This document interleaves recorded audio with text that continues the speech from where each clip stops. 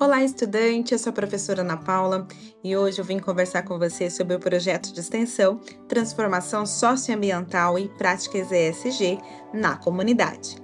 Nesse projeto, você terá a oportunidade de atuar aí na sua comunidade aplicando princípios do ESG, ou seja, princípios voltados à questão ambiental, social e também de governança.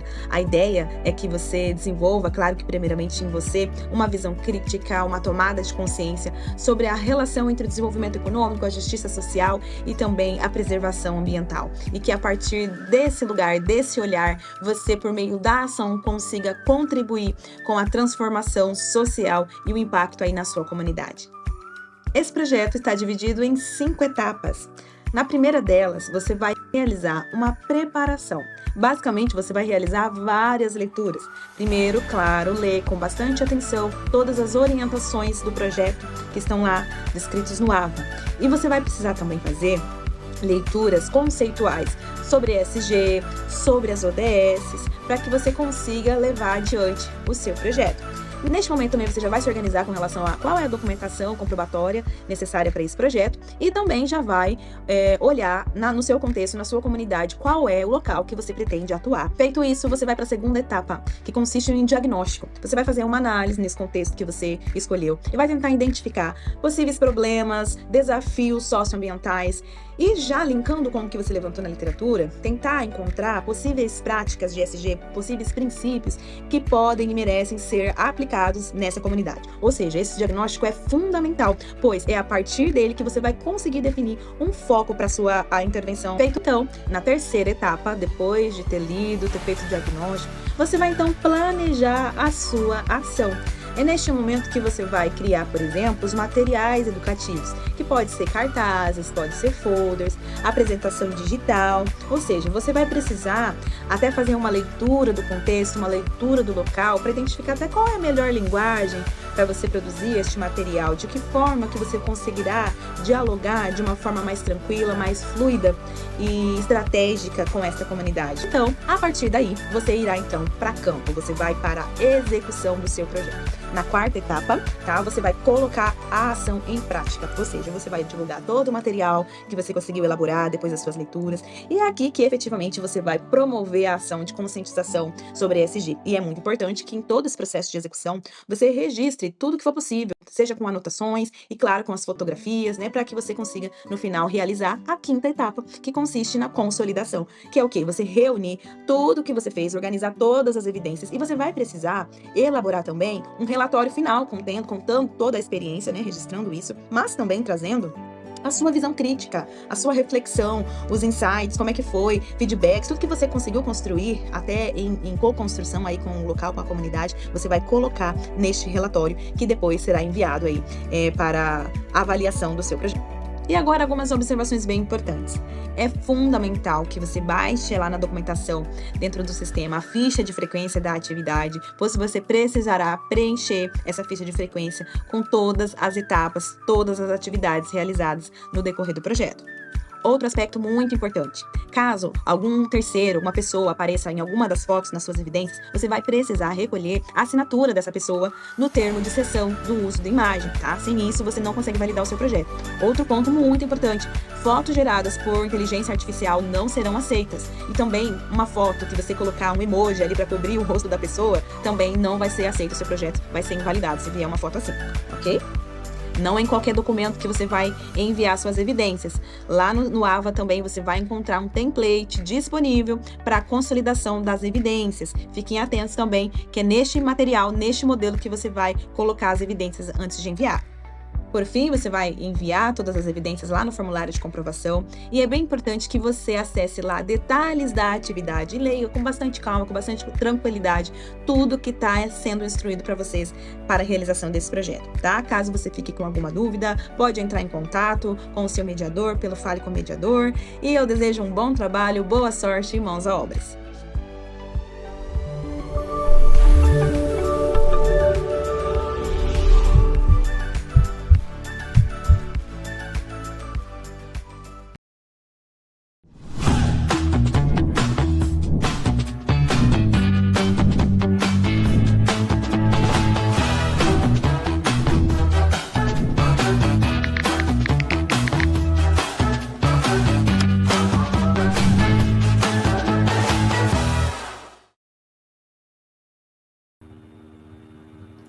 Olá, estudantes, sejam bem-vindos à nossa terceira aula da disciplina de Gestão do Design e da Inovação. Sou a professora Ana Paula, professora mediadora, estou feliz no nosso terceiro encontro. Então, nesse terceiro encontro, nós estamos em um formato diferente, esta aula está sendo gravada, né? Portanto, não está ocorrendo como ocorre todas as quartas-feiras no Teams. Mas a experiência, a qualidade da aula, a gente está com todo cuidado. O professor Guaraci preparou uma aula muito especial para vocês e aí, com certeza, assistir a gravação terá a mesma qualidade. Mas, de qualquer forma, como a gente não tem a experiência do chat hoje, se ficar alguma dúvida, alguma questão que vocês queiram tirar, esclarecer, podem falar comigo. Se precisar perguntar alguma coisa ao professor, eu posso perguntar. E você pode também trazer na próxima aula, caso ficar alguma coisa, tá? Então, antes da gente iniciar a aula, eu quero só deixar alguns lembretes muito importantes para vocês dessa nossa terceira semana de estudos. Né? Então, a professora sempre chama a atenção de vocês com relação aos prazos, tá? Então, nesta semana, o que nós temos em andamento? A atividade mapa e as atividades 1, 2 e 3. Chamo atenção para a atividade 1, que se encerra no próximo domingo, no dia 28/6. Então, não perca esta atividade. Essa é uma atividade, assim, que não existe nenhuma possibilidade de reabertura, nem que aconteça uma coisa muito ruim com você. Não dá para reabrir essa atividade, tá? Então, a gente sempre avisa com bastante antecedência, enfatiza em todas as aulas a importância de vocês se atentarem para o prazo. Não deixe para fazer 23h55, porque não vai dar tempo, tá? Tem um texto ali razoável que vocês precisam fazer. Então, não é interessante que vocês tentem fazer com a inteligência artificial, né? Porque vai comprometer a qualidade e a nota de vocês. O professor Guaraci gravou um vídeo, tanto da atividade 1 quanto da atividade mapa. Esses vídeos estão lá na sala do café, tá? Então, se organiza, faça com calma a sua atividade 1 para entregar domingo. Faça um comprometimento que até sexta-feira você vai entregar, caso você ainda não entregou, certo?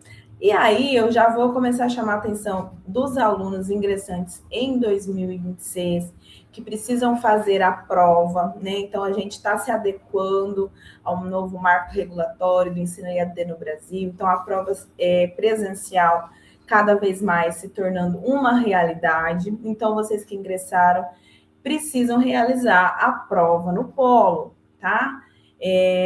Nos dias 29 até o dia 10, vocês conseguem agendar. Então, quanto antes você agendar, mais chance você tem de escolher o dia, o horário que está de acordo com a sua disposição, né? Se deixar para marcar nos 2 últimos dias, primeiro que a agenda já vai ficar lotada, né? A depender de onde é o seu polo. Então, se organiza com antecedência. Precisa agendar a prova para realizar, tá? Então, fiquem muito atentos com relação a isso. Assim que encerrar as aulas ao vivo, a gente já engrena aí na semana de prova, tá certo? E chamo sempre a atenção de vocês com relação às atividades extensionistas. Estamos com vários projetos novos, alguns projetos mais tranquilos de executar.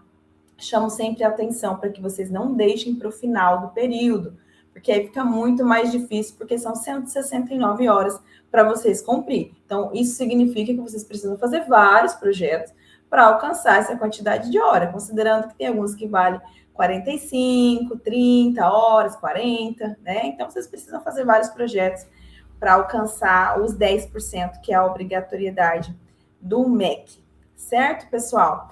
Então, eu já vou chamar aqui ao palco o professor Guaraci. Olá, professor, seja bem-vindo. Oi, Ana, tudo bem? Tudo ótimo. Então, pessoal, estamos em clima de Copa do Mundo. Como já disse, nós estamos gravando essa aula. Não sei qual será o resultado do jogo quando vocês assistirem. Espero que tenhamos um bom resultado, não é? E aí disponibilizamos a aula para vocês, certo? Fico aqui, professor, à sua disposição, tá? Uma boa aula. Muito obrigado. Bom, pessoal, vamos começar aqui a nossa aula, então. Abrir aqui o nosso PowerPoint.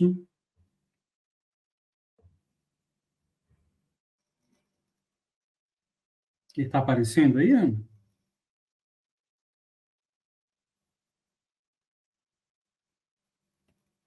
Eu já coloquei ele como compartilhado. Ainda não apareceu para mim.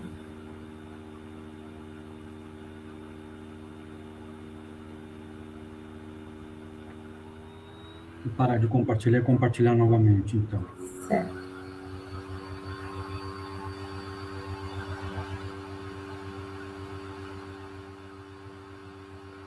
Veja se agora foi.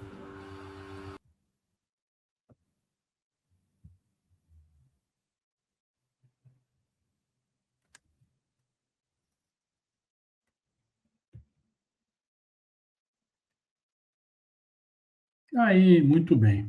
Então, pessoal, vamos dar continuidade aqui à nossa conversa, nossa disciplina de gestão, design e inovação, e agora a gente vai para uma dimensão muito mais concreta, né, do que é efetivamente que você vai estar fazendo aí como gestor. Hoje nós vamos falar sobre as habilidades e principalmente as ferramentas que você pode utilizar para fazer o seu trabalho aí na gestão do design. O que eu quero, né, aqui com a nossa aula nesse momento? Apresentar as principais competências que você vai precisar ter quando você estiver trabalhando como gestor, introduzir as ferramentas de gestão que são mais utilizadas e apontar os elementos fundamentais que você deve trabalhar quando você estiver preparando o briefing e os contratos. Então, vamos começar aí falando sobre as competências necessárias ao gestor do design, né? Como a gente tem aí procurado deixar claro, o papel do gestor do design é justamente ser a peça central, o ponto de intersecção entre a dimensão criativa, a dimensão do negócio e a operação do dia a dia. Ele é o ponto fulcral onde todos esses elementos vão se encontrar e justamente por isso, né, que a gente chama ele de gestor, porque ele vai ter que cuidar da interligação destes elementos. Especificamente, o que o gestor faz? Ele é o responsável por pegar a dimensão estratégica e transformar e entregar esta dimensão estratégica na forma de tarefas, ou seja, baixar da estratégia para a dimensão tática e administrar isso para suas equipes. Por que é importante a gente ter esse dimensionamento? Porque o gestor de design, ele, na verdade, vai responder por duas características. Eu já disse que isso aqui é uma função híbrida, né, que está nascendo do encontro de duas funções diferentes. Então, obviamente, o gestor de design vai responder pelo resultado criativo da produção. Mas não é só isso. Como gestor e organizador do processo, ele também responde pelo cumprimento do prazo e, principalmente, pela adequação, né, o cumprimento daquilo que está no orçamento. Leia-se custos, né? Cuidar para que os custos não extrapolem aquilo que foi orçado. E aí a grande competência que este profissional tem que ter é justamente a capacidade de trabalhar com essas equipes que são multidisciplinares, já que ele é o ponto de encontro entre diferentes setores e vetores da empresa, ele tem que ter essa capacidade de transitar entre estes setores e a forma como esses profissionais pensam, né? Então, ele está trabalhando ao mesmo tempo com designers, que devem ter aí uma verve criativa muito forte, com desenvolvedores, em especial o pessoal da área de software, que é mais analítico, com o pessoal de marketing e ainda com a dimensão de negócios. Então, a primeira coisa que ele vai ter que aprender a fazer na sua prática do dia a dia é adaptar a sua linguagem. E a gente costuma, né, utilizar uma linguagem bastante técnica, mas não dá para a gente esperar que as outras áreas dominem este jargão. Então, o que você vai ter que fazer? Desenvolver a capacidade de fazer, entre aspas, a tradução desta linguagem para diferentes públicos, né? Transitar entre elas. Então, fazer, de novo, não gosto desse termo, mas a tradução do que o pessoal do marketing está falando para o pessoal do design. O que o pessoal do design está falando para os desenvolvedores. E por aí vai. Né? A ideia, o que é uma empresa que a gente tem citado muito aqui, por ser justamente uma das mais criativas na área do design, ela foi uma das primeiras a propor essa coisa de trabalhar com equipes multidisciplinares, e no caso, além de todos esses que eu citei, ela também vai trabalhar com engenheiros, antropólogos, em um mesmo projeto. Então, o ponto de conexão entre todos esses elementos vai ser o gestor. Primeira competência, então, que ele vai ter que adquirir é a capacidade de transitar entre esses diferentes formatos de discurso, principalmente no que se refere ao aspecto do valor do design. Então, ele se torna, por assim dizer, o advogado do projeto. E, nesse sentido, quando ele está apresentando as decisões que foram tomadas na esfera do design, ele tem que saber justificá-las através da linguagem do negócio. Não adianta só ele basear essas decisões e comunicar o que foi feito em termos de design, única e exclusivamente por critérios estéticos, porque não é isso que se espera de um gestor. Já que ele transita entre áreas, uma das coisas que se espera é que o gestor tenha condições de defender as escolhas do design dentro daquilo que nós estamos desenhando para o negócio. Então, não tem como você fugir dessa prestação de conta ter que ser embasada em métricas. Não dá para a gente ficar única e exclusivamente no campo das ideias. A gente vai ter que se acostumar a trazer medidas de resultado e de efetividade para a nossa produção e apresentar isso para os gestores que estão acima da gente. Então, o que são métricas que podem ser adequadas, ajustadas para a prática do design? Por exemplo, conversão, né, o número de pessoas que efetivamente entrou em determinado site, retenção de usuários. A mais comumente usada é o NPS, né, Net Promoter Score, que é aquele que pergunta, né, numa escala de 0 a 10, você indicaria esse trabalho, essa empresa para outra pessoa? Provavelmente você já entrou em contato com isso. Isso é uma das formas, uma das métricas que a gente usa. Né? É claro que a gente tem um problema aí, porque não tem quando a gente está falando de aspectos mais subjetivos, como, por exemplo, criatividade, inovação, a gente não tem métricas precisas, né, quantitativas, como, por exemplo, retorno ao investimento, quantidade de vendas. Fica muito difícil a gente fazer essa associação quando a gente está falando de design. Mas isso não significa que a gente não vai trabalhar com métricas.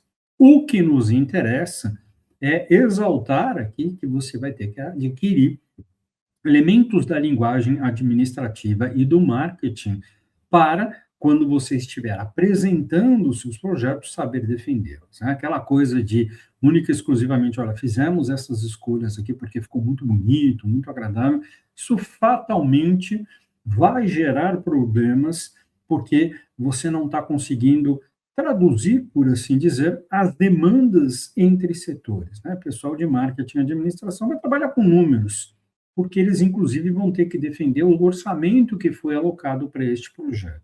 Então, espera-se que o gestor adquira essa capacidade. Agora, mais do que isso, o papel do gestor acaba sendo aí um papel mais de negociador. A gente tem o chamado triângulo de ferro, e a gente vai abordar ele com mais propriedade, mas o chamado triângulo de ferro são 3 elementos, né? O escopo, ou seja, a quantidade de trabalho que vai ser feito, o prazo e o orçamento, e o que a gente costuma dizer é que é impossível você manter os 3. Então, fatalmente, você vai ter que fazer aí permutas, né? O prazo apertou, o que eu vou mexer? No escopo do projeto ou no orçamento? Né? O orçamento apertou, então eu vou ter que mexer no escopo ou no prazo do projeto, e vice-versa. Então, no fim das contas, o trabalho do gestor, efetivamente, é ser um grande negociador, né?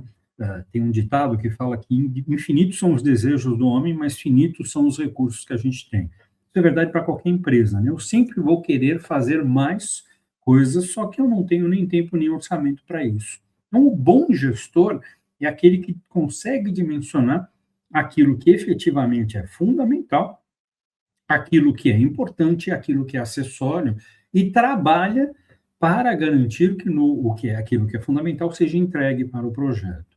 Quando a gente tem que começar a fazer essas permutações, não dá para a gente fazer essa permutação única e exclusivamente de acordo com a nossa cabeça. Então, fatalmente, a gente vai ter que entrar ou em contato com os clientes ou em contato com os stakeholders e negociar esses ajustes, né? Então, olha, preciso apertar o tempo, né? No setor de games, a gente chama o período de crunch. O período de crunch são aqueles 6 a 8 semanas, né? Quando a gente está se aproximando da entrega do game, onde o pessoal tem que varar a madrugada, trabalhar altas horas para encontrar erros, corrigir problemas, né? Fatalmente eu vou ter que fazer uma negociação. Olha, se o prazo está apertado, dá para a gente diminuir o escopo, né? De repente fazer menos entregas, ou então, se o prazo está apertado, dá para você me autorizar em um aumento do orçamento para que eu gaste um pouquinho mais e contrate alguns temporários, enfim, né? O trabalho do gestor aí passa a ser a fazer esse meio de campo, essa negociação.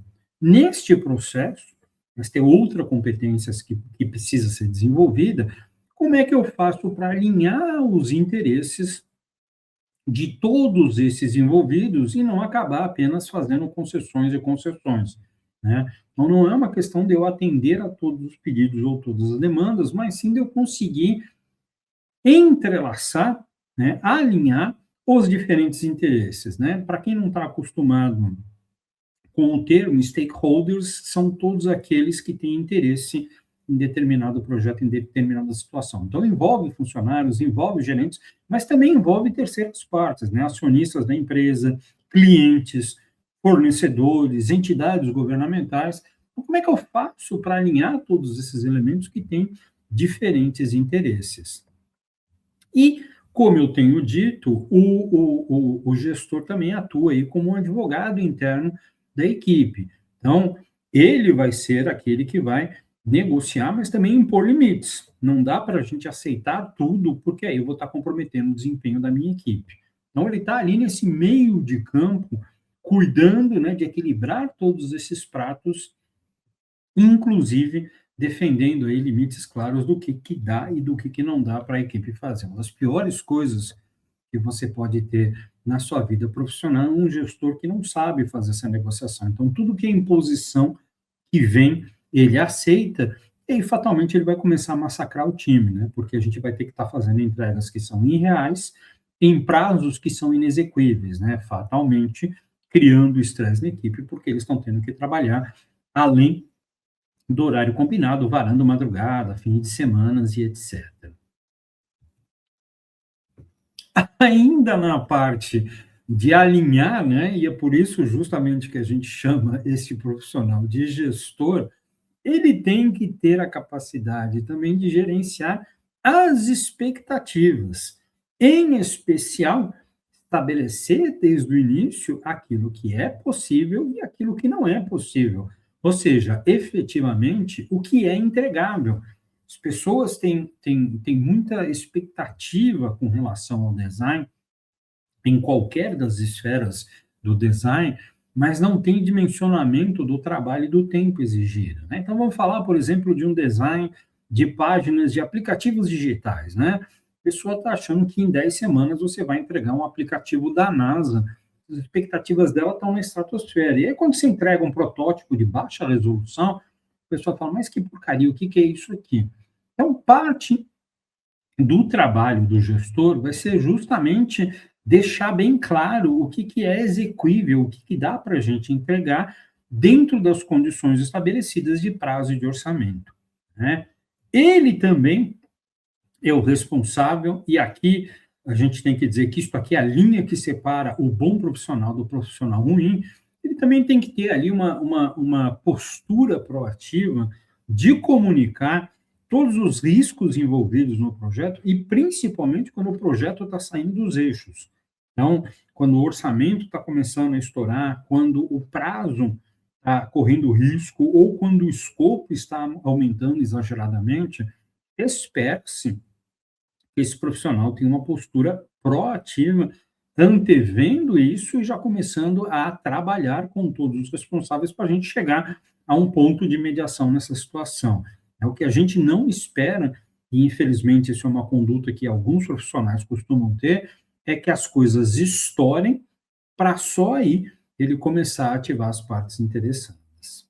O que é muito comum da gente ter nos mais diferentes projetos é o chamado scope creep, né, que é o aumento do escopo sem ajuste de prazo e de custo. Né? Lembra que eu falei daquele profissional que aceita tudo e não diz não? Ainda continuando no nosso exemplo, né, desenvolvimento de um aplicativo, fomos lá, apresentamos ali a primeira versão do aplicativo e a gestão falou, nossa, mas eu quero incluir também, olha que legal, vamos colocar aqui nesse aplicativo um sistema de georreferenciamento, vamos colocar um sistema de gamificação com bônus e vamos colocar também um chat dedicado. Tudo bem, mas isso não estava no projeto original, isso não estava no escopo. O escopo acabou de engordar, porque você está enfiando mais features. Até podemos fazer essas features, mas a gente precisa ajustar e os custos envolvidos. Né? Quando eu não faço isso, eu tenho um problema que lá na frente do processo vai estourar, porque fatalmente eu vou comprometer ou o orçamento, ou os custos, ou os dois, por causa desse aumento do escopo. E, finalmente, como gestor, a gente precisa ter aí uma certa clareza de que nós estamos lidando com o fator humano. Né? Nós não estamos lidando com máquinas, e isso vai demandar que a gente tenha uma inteligência emocional muito grande e traga isso para o nosso processo de gestão. Não só pessoal, mas principalmente de leitura daqueles que estão envolvidos no projeto. Né? Tem determinados projetos que podem ter uma duração de 6 meses, de 1 ano, e tem alguns projetos que levam anos em termos de desenvolvimento. Né? Então, a empolgação da equipe, e principalmente a sua frustração, tem altos e baixos. Né? Como eu acabei de dizer, nos jogos digitais, por exemplo, a gente tem o período de crunch, né? Que é quando o pessoal tem que trabalhar altas horas, porque a gente está chegando próximo de um prazo de uma entrega. Obviamente que os humores vão começar a ficar mais acirrados, né? As pessoas estão estressadas, trabalhando altas horas, vão começar a ficar de mau humor, as brigas vão se tornar mais frequentes, os problemas entre os pares vão ficando mais acirrados, e eu tenho que ter alguém ali com a capacidade de fazer essa mediação. Em especial, lidar com a frustração dos envolvidos. Então, além de tudo, né, o gestor tem que ser um pouco de pai e mãe no sentido de ter essa leitura da temperatura e fazer os ajustes. Também vai ser a responsabilidade do gestor saber trabalhar com o tom e o ritmo da comunicação que ele utiliza com todos os envolvidos de acordo com o contexto. Em determinados momentos, né, eu vou ter que ser mais rígido e num tom mais duro, porque eu estou fazendo cobranças. Em outros momentos, eu posso ser mais flexível, num tom mais amigável. Né? É saber adequar o seu discurso ao momento certo. Né? Porque, no final das contas, eu tenho que manter minha equipe motivada, mesmo quando eu estiver em situações como, por exemplo, pressão para uma entrega dentro do prazo. Né? Por isso que gestores são profissionais extremamente valorizados. Né? Olha só a quantidade de pratinhos, por assim dizer, que eles têm que equilibrar nas suas tarefas do dia a dia. Né? E tem uma dimensão muito subjetiva aqui desse trabalho. Então, as expectativas deste profissional é um profissional multidimensional. E a grande dificuldade, né, o grande drama que o gestor vai ter que enfrentar, e isso é no seu dia a dia, é a lidar com o triângulo de ferro, né? Tomar decisões no ambiente de restrição. Já posso adiantar, né, independente do projeto que você vai se envolver na sua vida profissional, ele terá restrições. Eu não tenho projeto, não existe um projeto com orçamento infinito, prazo infinito e escopo infinito. Esses 3 elementos se interrelacionam e eu sempre terei restrições. Então, a questão não é trabalhar sobre restrições, a questão é saber lidar com as restrições. E como é que eu faço isso? Né? Primeiro, como eu já disse, a gente vai estar sempre tendo que fazer permutações, né? Espaço, escopo de trabalho, prazo e orçamento vão ser ali intercambiados, e isso vai depender principalmente da minha capacidade de fazer escolhas. Né? Quando eu tenho pouco tempo ou pouco orçamento, e o escopo está muito grande, o que eu vou ter que fazer? Priorizar entregas. O que eu vou garantir que vai ser entregue? E a escolha das entregas é um fator estratégico. Geralmente, a orientação que a gente dá é que você faça as entregas com ordem no impacto que elas vão ter.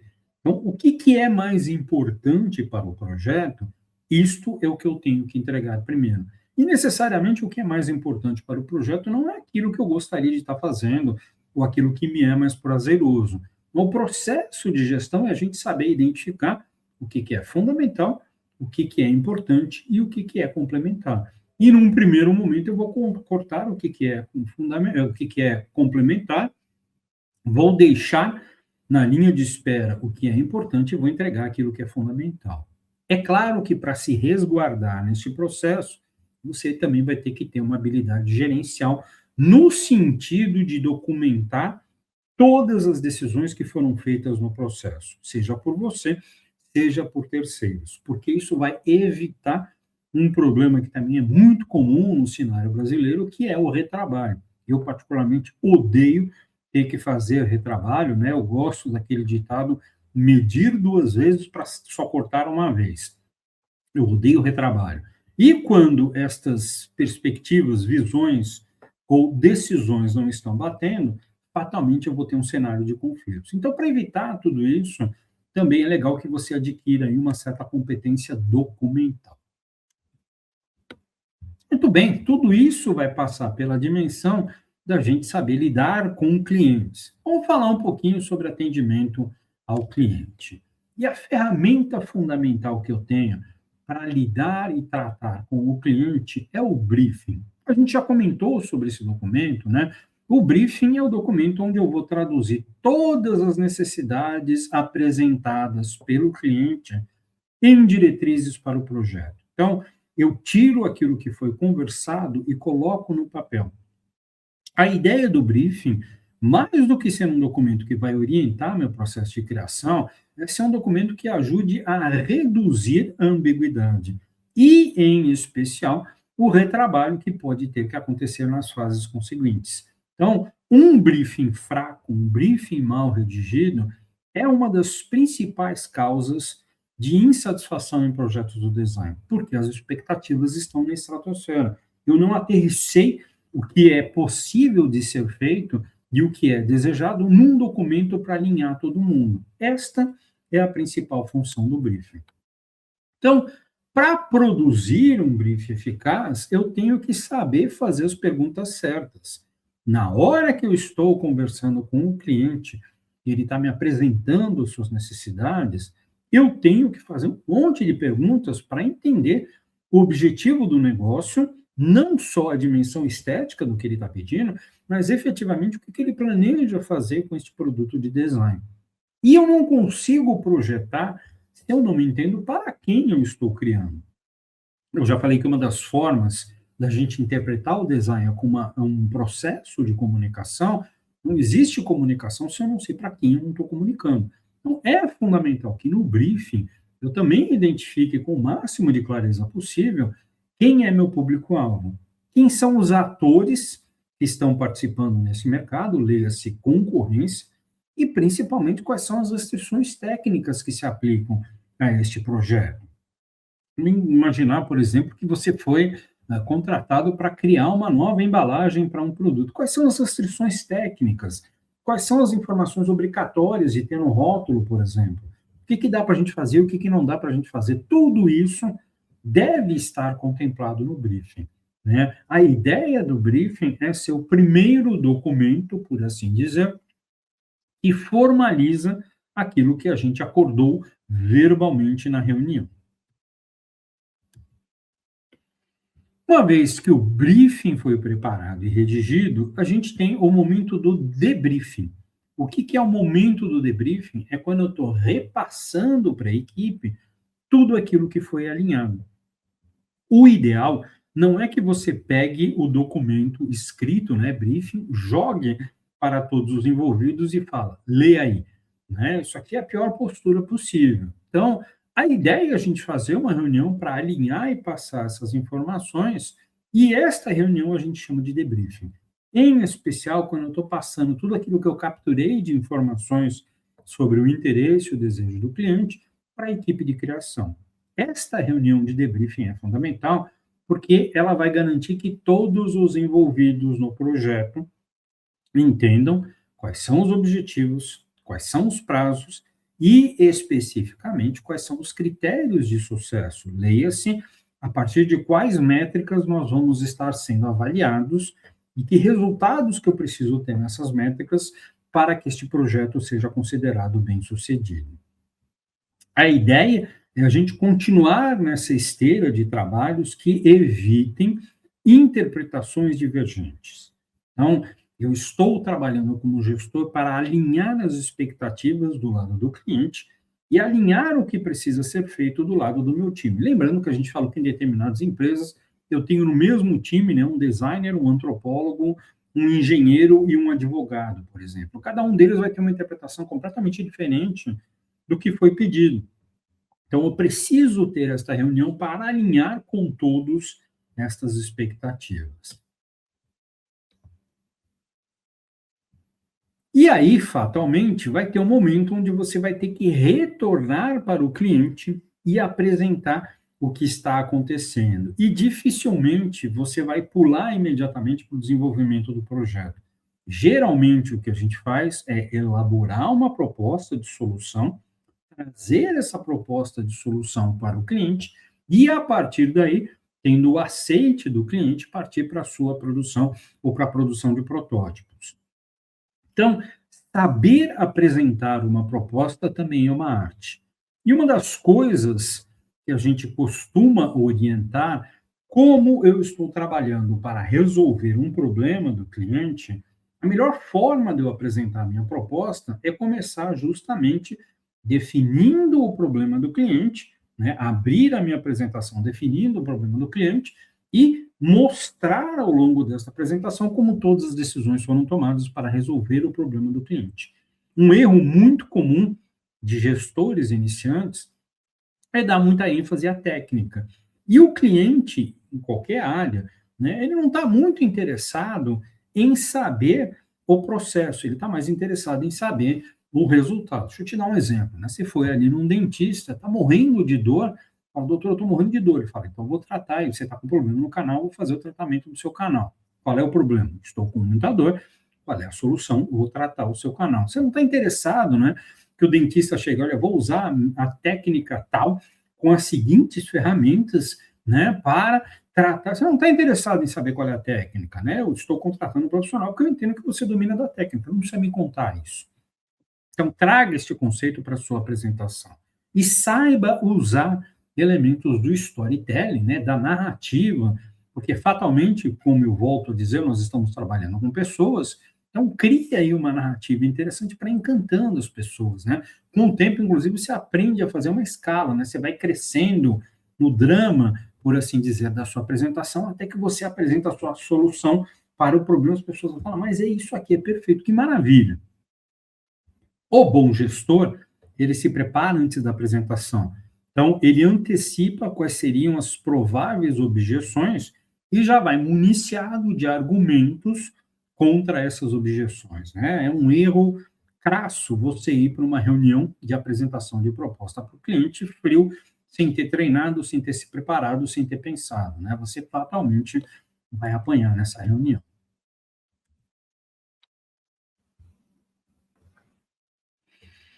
A partir do momento que o projeto foi aprovado e ele está caminhando, de tempos em tempos a gente tem que fazer as chamadas reuniões de devolutiva, né?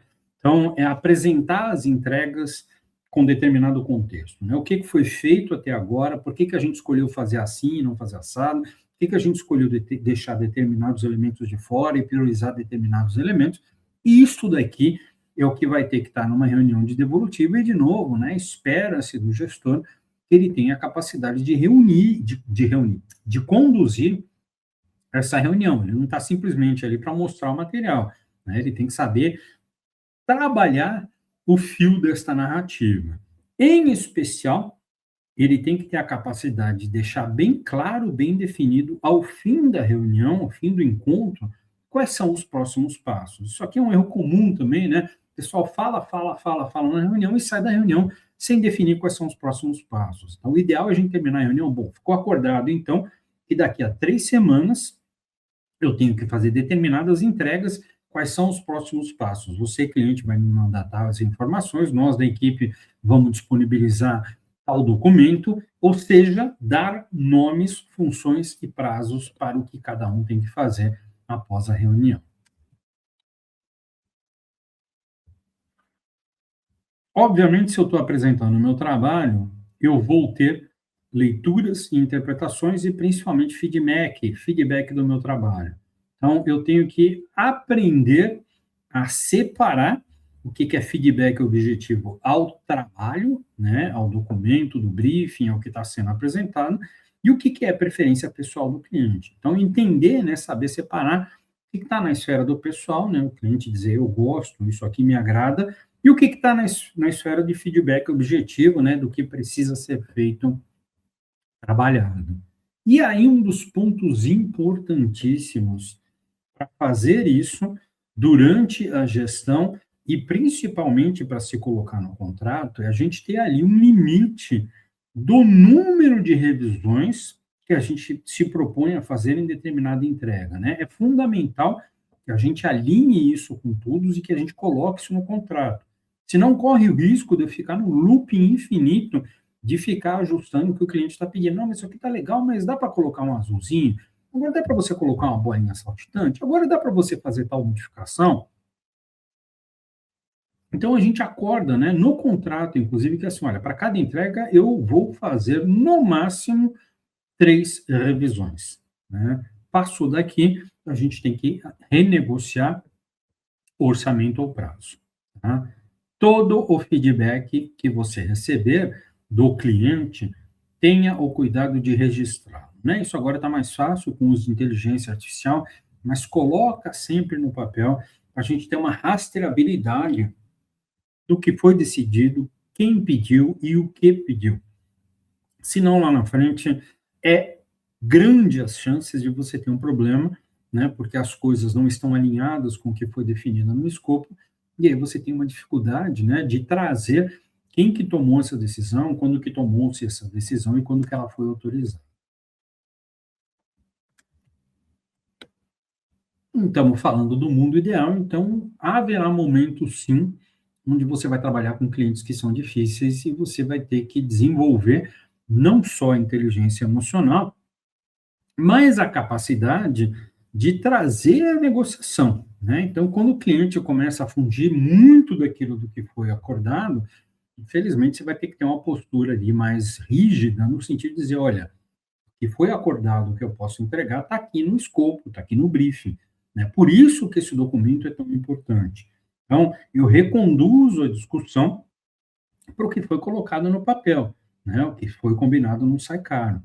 Agora, não é só uma questão de eu negar tudo aquilo que o cliente está pedindo, né? Porque se ele está pedindo alguma coisa, ele deve ter alguma intenção, ele deve ter algum interesse, então a gente pode negociar, né? Não dá para eu aceitar tudo aquilo que está sendo pedido por causa do triângulo de ferro, né? Prazo, preço, e prazo, orçamento e escopo, mas dá de repente para a gente fazer negociações, né? Então, olha, eu priorizo essa entrega, mas determinada entrega você vai me dar um prazo maior, né? Eu vou alocar profissionais da equipe, mas ali na frente, então, eu vou entregar menos para a gente fazer uma compensação, saber ali negociar e propor alternativas. E ter noção de quando essa esfera de negociação se exauriu, de quando é o momento da gente escalar o conflito, né, no sentido de trazer, de repente, um departamento jurídico, uma instância de mediação, porque dependendo do escopo do projeto, do orçamento, pode-se ser que se chegue a essas vias de fato, né? Bom, o que foi apresentado até aqui, você já deve estar tendo uma ideia, né, de como o gestor tem que trabalhar com diferentes elementos, né? A analogia que eu usei, a brincadeira que eu usei, o equilibrista, né, que fica ali equilibrando diferentes pratinhos, né, não deixando os pratinhos pararem de rodar, porque senão eles vão cair. E a pergunta natural é assim, eu não tenho ferramentas que podem me ajudar a fazer esse trabalho? Tem, e a gente vai começar a falar sobre elas, né? Primeira coisa, eu tenho que ter a capacidade de organizar tudo aquilo que precisa ser feito na forma de projeto, e eu tenho duas formas diferentes, por assim dizer, de organizar um projeto. A primeira delas é o que a gente chama de organização em cascata. Então, eu vou alocando o que precisa ser feito do projeto, né, fase 1, 2, 3, 4, e eu só começo uma fase quando eu termino completamente a fase anterior. Então, a minha imagem aqui ilustra o que é um projeto organizado em cascata, né? Eu tenho ali muito claro o que tem que ser feito em cada faixa e como elas vão seguir. Pode ser meio óbvio, se você prestar atenção, eu tenho um problema inerente a este desenho, que é, se uma etapa atrasa, automaticamente eu vou ter impacto em todas as outras etapas. Eu vou ter um efeito cascata em todas as outras etapas. Esta é a grande crítica que pode ser feita a esse modelo.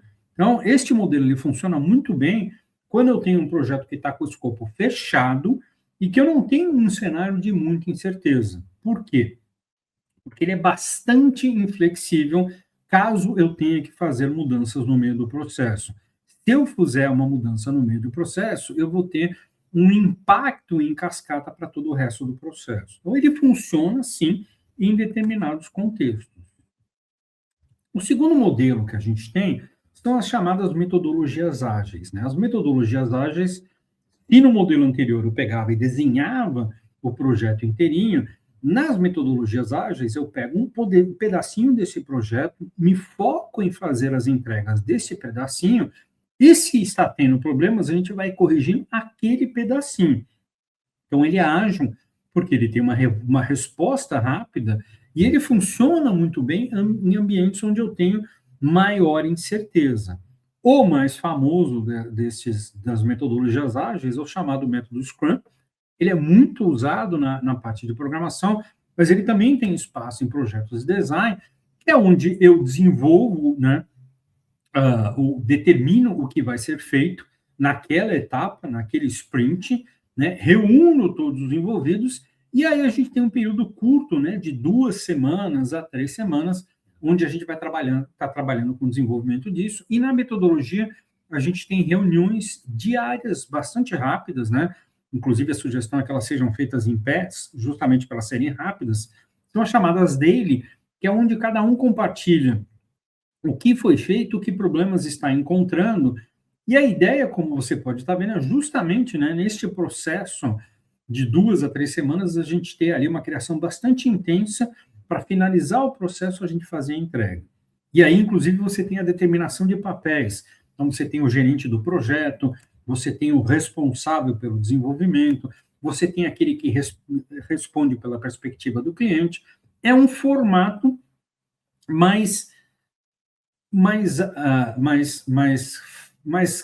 oxe, me fugiu a palavra aqui, é um formato mais ágil, né, por assim dizer, da gente trabalhar com o projeto. Ao invés de eu ter o escopo desenhado, eu vou estar a todo momento voltando para o cliente falando, esse pedacinho aqui está certo?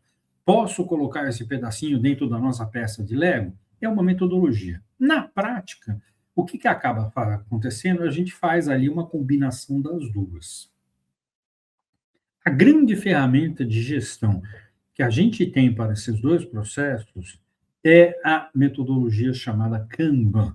A Kanban ela é uma metodologia que permite que a gente visualize dentro de um quadro tudo o que está sendo feito em termos de trabalho, quem está fazendo esse trabalho e o que é a responsabilidade daquela pessoa.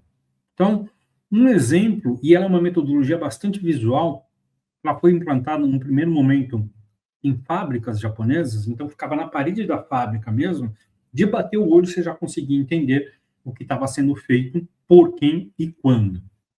Então, aqui um exemplo, né, fluxo de trabalho, eu tenho as ideias, a viabilidade, quais foram selecionadas, quais estão em desenvolvimento, quais são em testes e quais estão sendo finalizados. Né? Então, tenho ali um fluxo, né, o trabalho vai indo da direita para a esquerda. Uma das coisas mais legais de quem nunca trabalhou com metodologia de Kanban e começa a trabalhar é que ela muda a nossa perspectiva. A ideia do Kanban é que não adianta eu te jogar mais trabalho se você não está tendo condições de executar aquilo que foi feito. Então, na metodologia Kanban, ao invés de eu te jogar trabalho, você puxa trabalho para si. E num primeiro momento, a cabeça do brasileiro fala, nossa, como assim pegar mais trabalho? Você imagina aquele cenário, você está ali na sua mesa trabalhando, seu chefe, pum, põe uma pilha de trabalho para fazer. Você não está dando conta, ele vem com, pum, mais uma pilha de trabalho. Você não está dando conta e, de repente, você está atolado em pilha de trabalho, nada está andando. Nada está sendo resolvido e isso gera problema para todo mundo. A ideia do Kanban é que você vai conseguir realizar no máximo de 2 a 3 trabalhos. Em cada cartão equivale ao trabalho que está sendo realizado, e você só vai puxar mais cartão de trabalho para você a partir do momento que você realizar aqueles que você tem no seu controle. Então, eu consigo ver as coisas encaminhando, ou eu tenho muita facilidade de identificar onde estão os gargalos do processo, e a partir daí trabalhar nesses gargalos. Né? Já vamos falar sobre ferramentas digitais que a gente pode utilizar para fazer o Kanban, mas a ideia do Kanban é que eu consigo ter muita facilidade em visualizar como é que o trabalho está sendo feito. E aí a grande pergunta, né, quando é que eu vou usar cada um? Quando é que eu uso cascata ou quando eu uso o metodologia ágil? Né? Cascata é mais indicado quando eu estou trabalhando com um projeto que tem requisitos estáveis, tem prazo fixo. Uma metodologia ágil é mais interessante em projetos que têm um escopo que está sendo trabalhado ainda, que está em evolução, né? E que, especialmente, tem foco em aprender conforme o processo está desenvolvendo. Na prática, a gente vai começar a trabalhar com modelos que são híbridos, né? Em especial no design, é muito comum isso. Então, a gente tem um desenho, uma ideia mais ou menos em cascata, e nessa cascata a gente vai trabalhando aí com modelos ágeis, né? É um hibridismo que funciona um tanto quanto bem. Ferramentas que vão ajudar a sua vida. A primeira delas é o chamado gráfico de Gantt. Se você tem um Excel ou algum programa de planilha eletrônico, você tem isso na sua máquina e nem sabia. Só você procurar em modelos, gráfico de Gantt, ele vai te passar. O gráfico de Gantt é um gráfico que me permite representar visualmente os prazos, as dependências e quem são os responsáveis. Então, eu como gestor, estou alocando tarefas. Se você tem 2 semanas para executar essa tarefa. Então, ali eu vou no gráfico de Gantt, coloco a tarefa, o prazo daquela tarefa e o responsável pela execução da tarefa, e aí eu tenho uma visão muito clara como gestor de tudo aquilo que está acontecendo ou não está acontecendo ao longo daquilo que foi projetado e principalmente de quem são essas responsabilidades. Está bem claro para mim no fim do mês, né, de janeiro, o que deveria estar acontecendo e o que já está completo. Inclusive aqui, neste meu exemplo, ele vai usando as cores, verde é o que já está completo, vermelho é o que nem começou a ser feito, e esse azulzinho é o que está em execução. Isso aqui é uma ilustração muito simples, eu posso ter um gráfico de Gantt aí com cada uma das células para cada um desenvolvidos na equipe para cada etapa. Né? Então, uma equipe de 5 teria ali, para cada etapa, pelo menos 5 células, uma para cada um dos responsáveis. Né? Em especial, isso funciona muito bem quando eu tenho projetos que eu tenho entregas determinadas. Olha, então daqui a 3 meses, essas entregas determinadas a gente chama de marcos, né, de inglês milestones. Então, estes marcos precisam ser atendidos. Esta ferramenta aqui de gráfico de Gantt me ajuda muito a ver o que ainda falta ser feito para determinada entrega. Em especial, porque muitas vezes o meu projeto ele está sendo financiado, ele está sendo custeado. E é incomum que alguém que está financiando o projeto entregue o orçamento inteiro de uma vez só.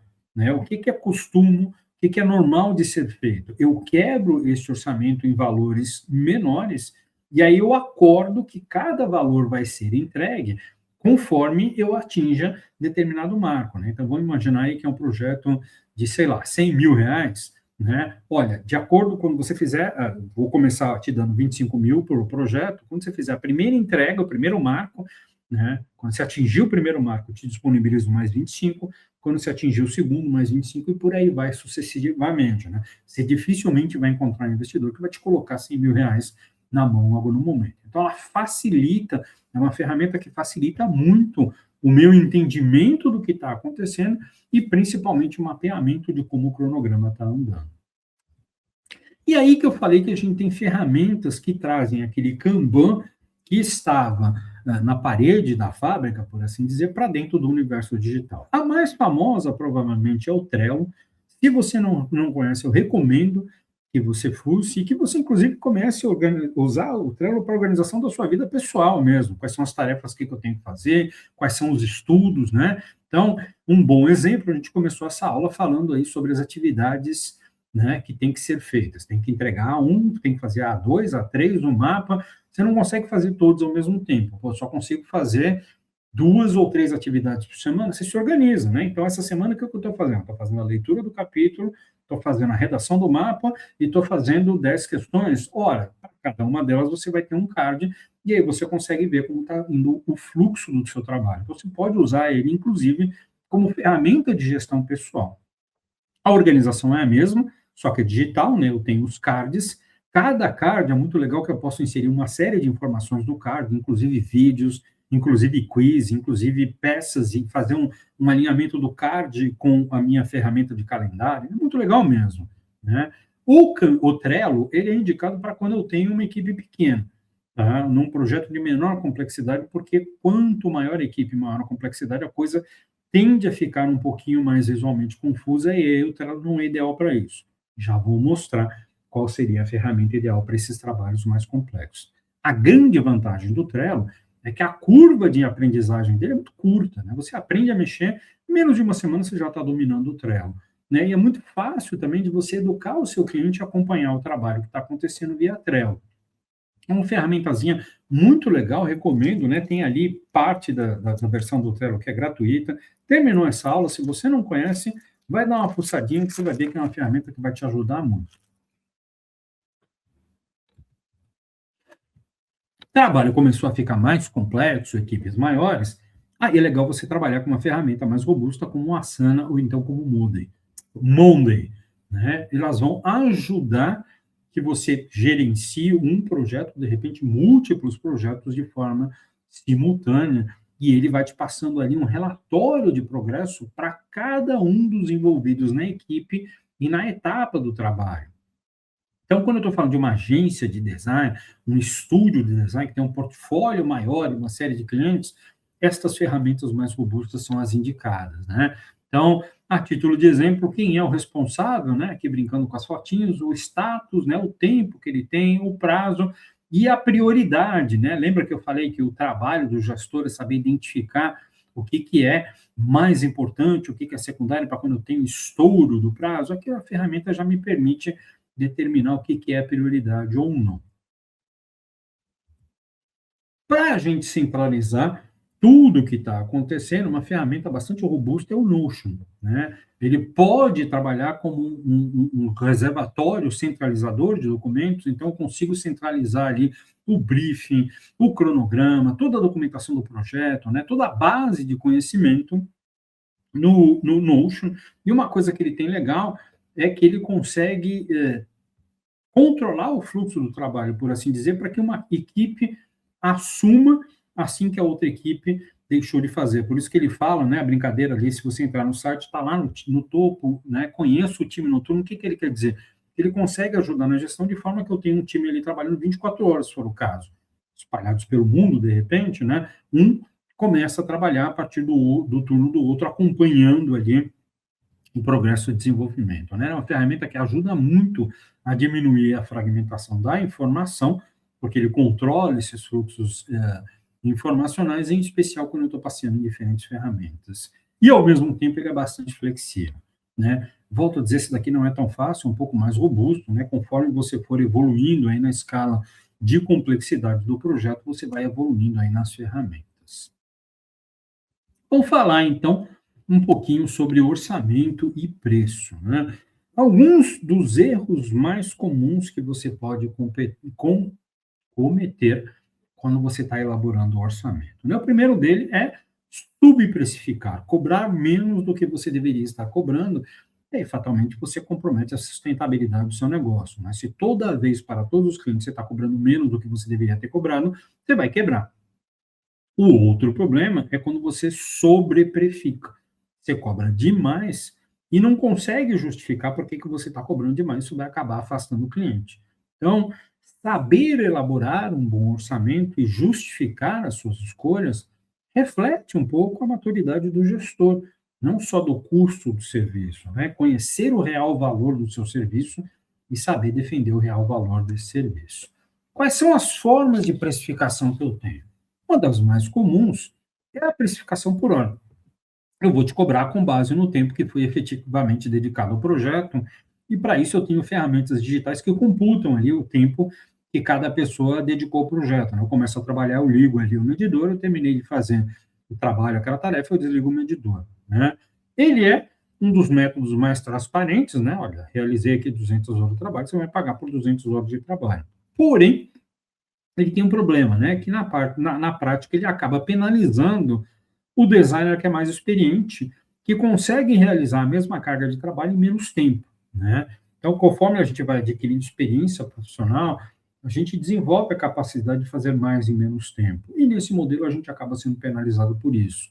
Ou dito de outra forma, um modelo que estimula, né, de forma nem tanto quanto prática, que você tem uma certa morosidade no desenvolvimento do serviço. Mas é uma das ferramentas que a gente tem, né? Qual é o peso que ela vai trazer? Eu preciso controlar rigorosamente quais são as horas que foram trabalhadas, senão vira festa.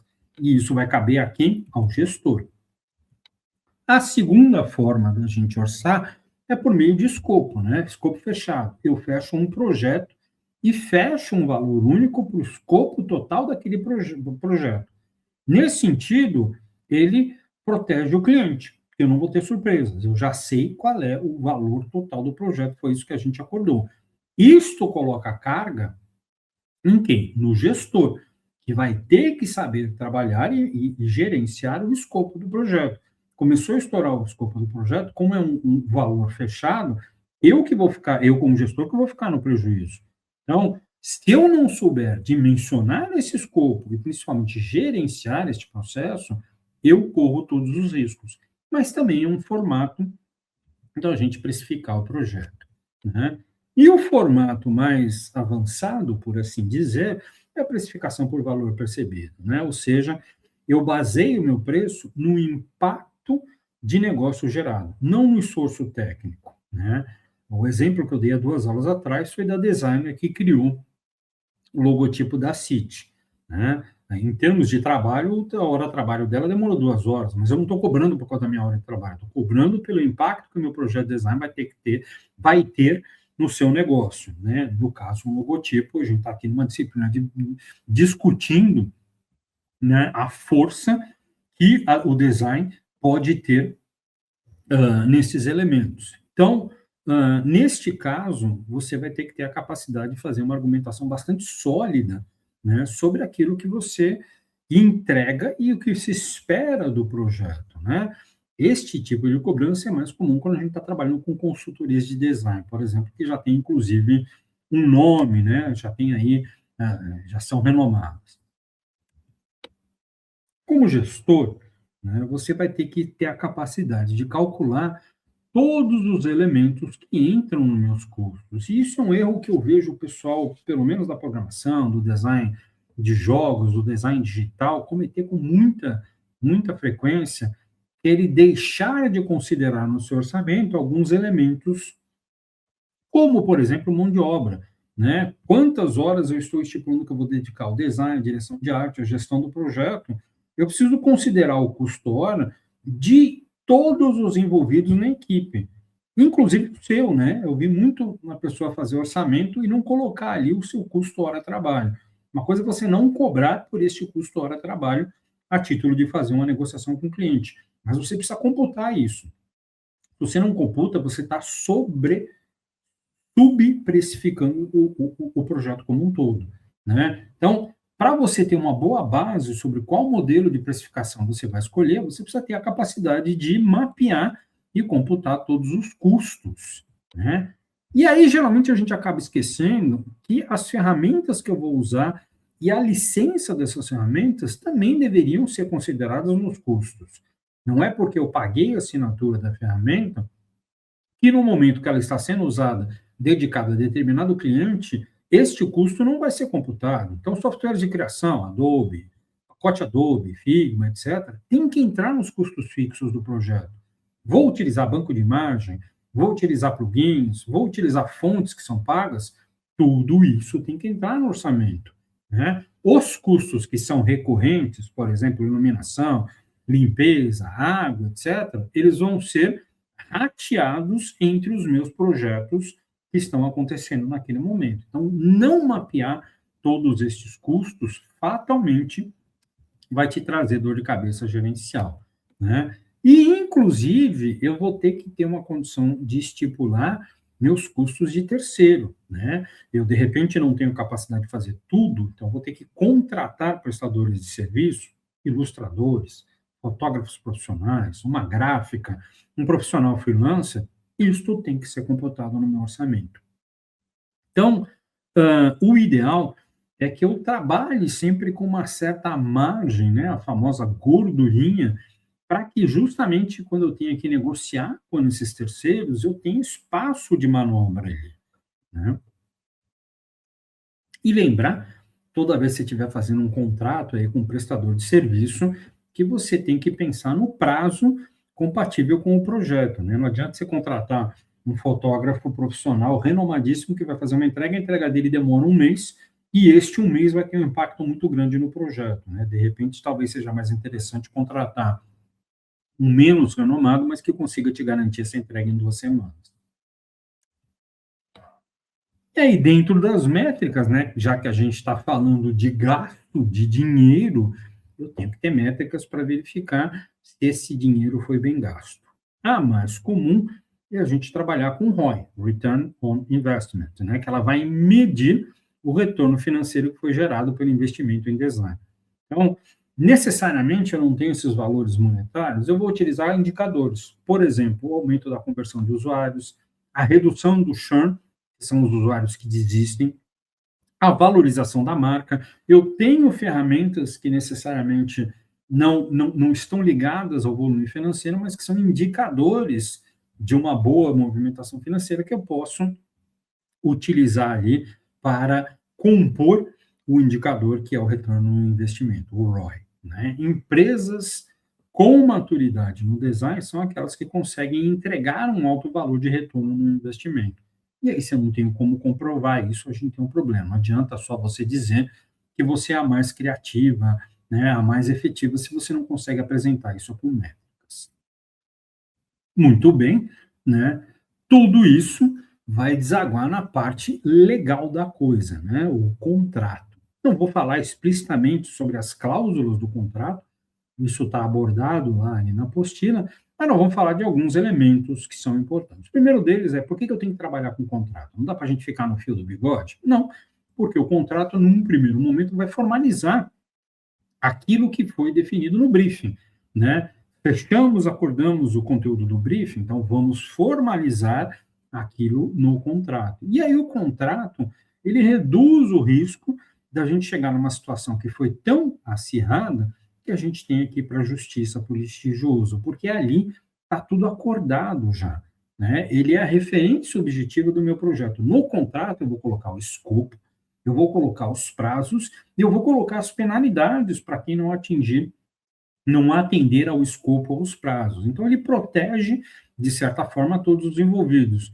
No caso de nós que estamos desenvolvendo, que o escopo não vai aumentar, e no caso de quem está comprando o nosso trabalho, que ele vai ter ali uma certa segurança do que vai ser entregue quando esses elementos vão ser entregues.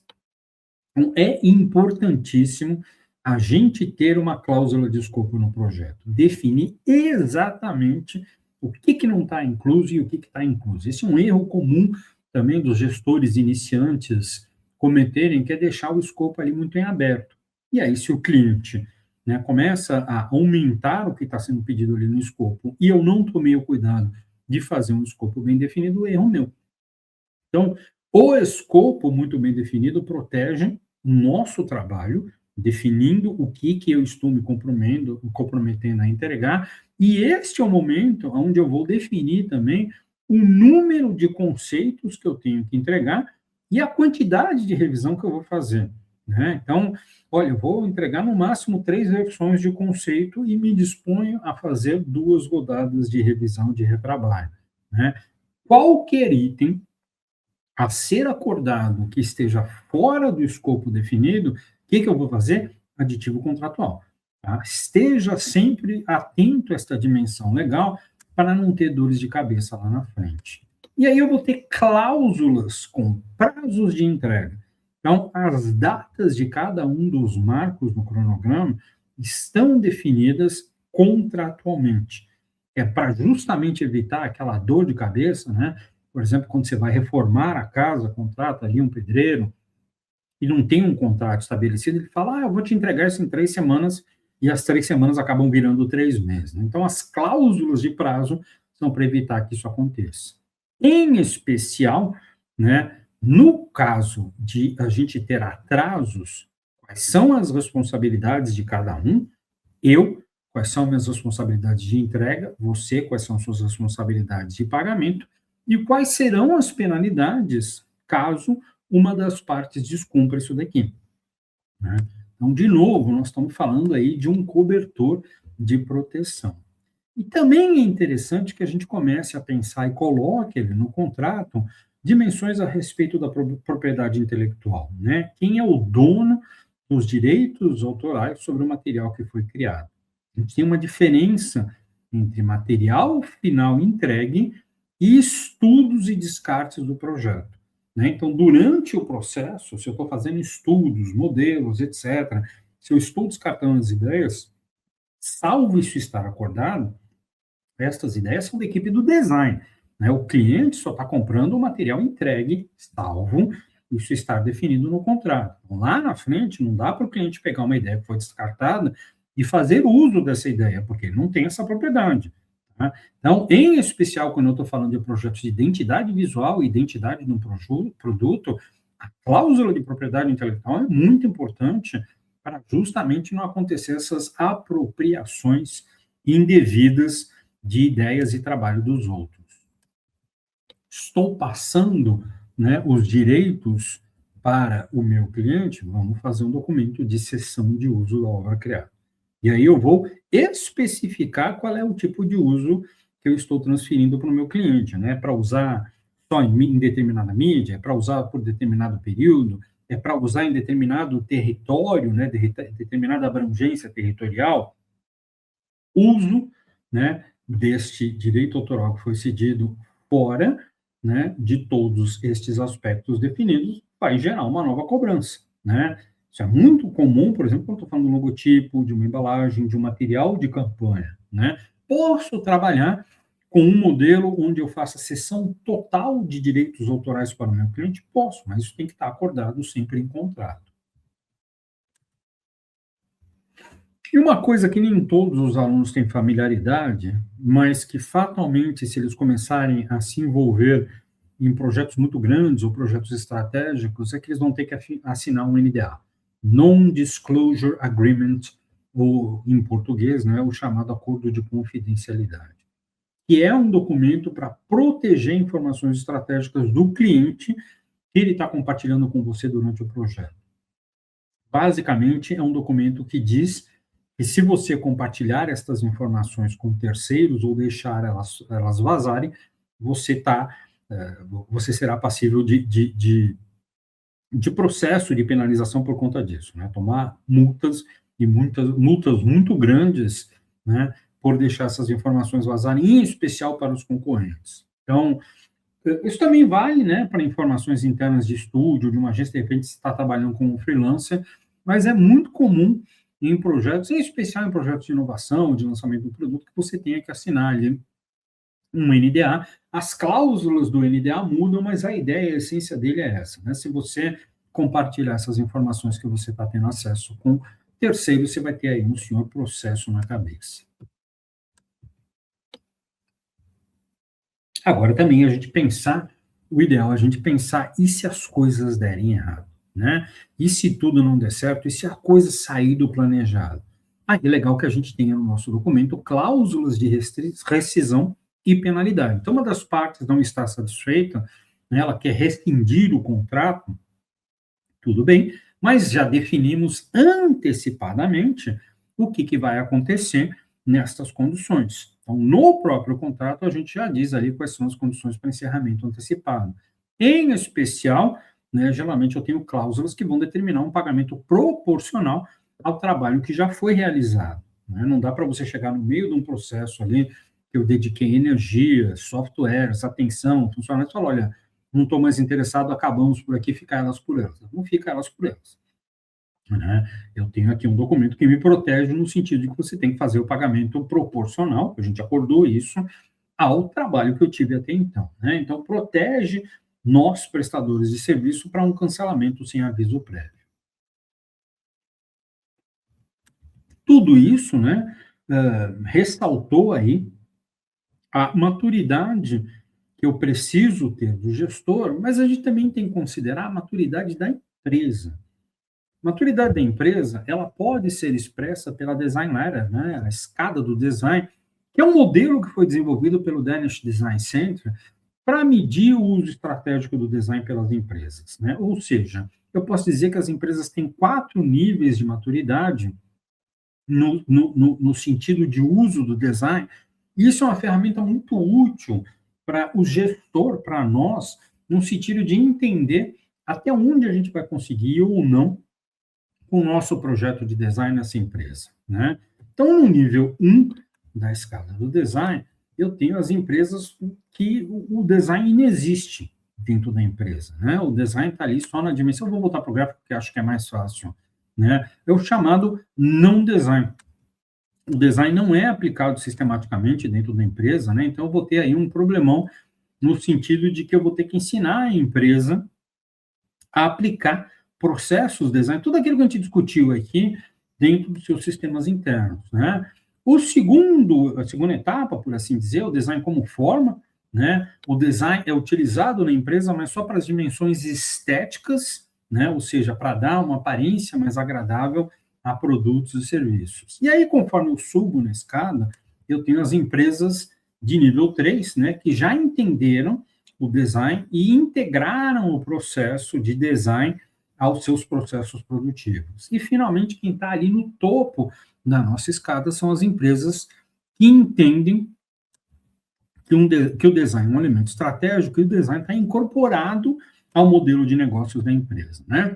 Então, os níveis mais básicos, nível 1, design não existe como processo, nível 2, design é tratado apenas como uma dimensão estética, e as empresas que estão nesse nível vão subutilizar o potencial estratégico do design. Não adianta nem eu tentar argumentar com design baseado, orçamento, por exemplo, baseado em entrega de valor, porque ela não vê esse valor, ela não entende isso.